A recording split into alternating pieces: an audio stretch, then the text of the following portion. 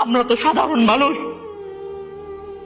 আমরা কোনো রাসূল নই, আমরা কোনো সাহাবী নই, ওলিয়া উলিয়া নই।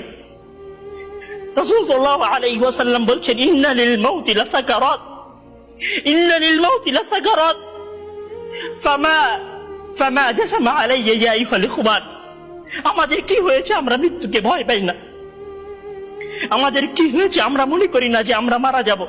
পৃথিবীর সর্বশ্রেষ্ঠ মানুষ, সর্বশ্রেষ্ঠ রাসূল দুনিয়া থেকে বিদায় নিলেন, তার সাহাবীদেরকে ছেড়ে তিনি দুনিয়া থেকে চলে গেলেন, ওপারের জগতে পাড়ি জমালেন। আমাদের কি হয়েছে যে আমরা বিশ্বাস করতে চাই না, আমরা প্রস্তুতি গ্রহণ করি না মৃত্যুর জন্য? আমি আপনি কি মনে করি যে আমরা চিরদিন বেঁচে থাকবো? আমি আপনি কি মনে করি যে আমার গ্যারান্টি রয়েছে আমি সালাত আদায় করে আমার রুমে ফিরে যাব? বিশ্বাস করুন হে আমার ছাত্র ভাইয়েরা, অবশ্যই আমাকে আপনাকে একদিন মৃত্যুবরণ করতে হবে, আমাকে আপনাকে একদিন এই দুনিয়া ছেড়ে চলে যেতে হবে। সুতরাং মৃত্যুর জন্য প্রস্তুতি গ্রহণ করুন, সুতরাং মৃত্যুর জন্য প্রস্তুতি গ্রহণ করুন।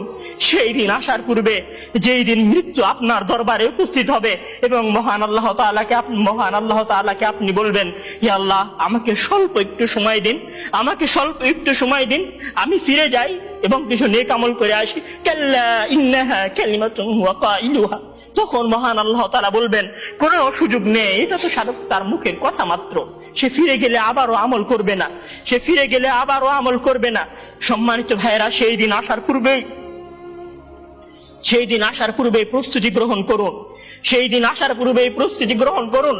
জেনে রাখুন, সেই দিন উপস্থিত হয়ে গেলে আর কোনো আমল করার সুযোগ থাকবে না। সেই দিন উপস্থিত হয়ে গেলে কবরের নাজাত পাওয়ার জন্য আর কোনো কিছু করার সুযোগ থাকবে না। সেই দিন এসে গেলে 2 রাকাত সালাত আদায় করে আল্লাহর কাছে ক্ষমা প্রার্থনা করার কোনো সুযোগ থাকবে না। সেই দিন এসে গেলে রাতে জেগে 8 রাকাত তাহাজ্জুদ সালাত আদায় করার কোনো সুযোগ থাকবে না। এখনো সময় আছে। মহান আল্লাহ তাআলার দরবারে নিজেকে সঁপে দিয়ে তার কাছে ক্ষমা প্রার্থনা করুন। মহান আল্লাহ তাআলার দরবারে নিজেকে সঁপে দিয়ে তার কাছে ক্ষমা প্রার্থনা করুন। মানুষের সাথে কোনো ভুল থাকলে সে ভুলের ক্ষমা চেয়ে নিন। মহান আল্লাহ তাআলার সীমা লঙ্ঘন করে থাকলে মহান আল্লাহ তাআলার কাছে ক্ষমা চেয়ে নিন। সেই দিন আসার পূর্বে যদি সেই দিন এসে যায়, সেদিন আর কোনো লাভ হবে না, সেদিন বেঁচে থাকার আর কোনো সুযোগ হবে না, 1 সেকেন্ড সময় আপনাকে বেশি দেওয়া হবে না। সম্মানিত ছাত্র ভাইয়েরা, মৃত্যুর জন্য প্রস্তুত হন। মহান আল্লাহ তাআলা আমাদের সবাইকে মৃত্যুর জন্য প্রস্তুতি গ্রহণ করার তৌফিক দান করুন। আমিন। আল্লাহ রাসূল তার নিজের মায়ের কবরের পাশে দাঁড়িয়ে অঝোর দাঁড়াই কান্নাকাটি করছেন। সর্বশ্রেষ্ঠ মানুষ মায়ের কবরের পাশে দাঁড়িয়ে কান্না করছেন, কিন্তু তার জন্য ক্ষমা চাইতে পারছেন না। সময় পার হয়ে গেছে, মুমিন অবস্থায় মারা যেতে পারেননি। আমি আপনি কে? কেন আমাদের এত দাপট, এত শক্তি? কেন? কে আপনাকে এত ক্ষমতা দিল? আপনি কি আল্লাহ রাসূলের চেয়ে বেশি বড়, বেশি শক্তিধর, বেশি ক্ষমতার অধিকারী? আপনি কেন মৃত্যুকে ভুলে গেলেন? আল্লাহ রাসূল কান্নাকাটি করছেন তার মায়ের কবরের সামনে, কিন্তু তার জন্য ক্ষমা চাইতে পারছেন না। এর চাইতে অসহায়ত্বের কোনো কিছু আছে?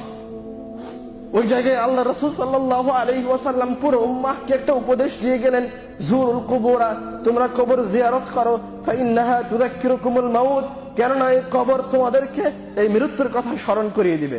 যখন তোমরা মৃত্যুর কথা স্মরণ করবে, তখন তোমরা ভালো হয়ে যাবে, তখন তোমরা সৎ হয়ে যাবে, একা একাই পরহেজগার হয়ে যাবেন। মৃত্যুর কথা স্মরণ করেন, একা একাই দাড়ি ছেড়ে দিবেন, একা একাই টাকনোর উপরে কাপড় পরবেন, কাউকে ভালো লাগবে না, কেননা আপনি সব সৎ কাজ সম্পর্কে অবগত আছেন।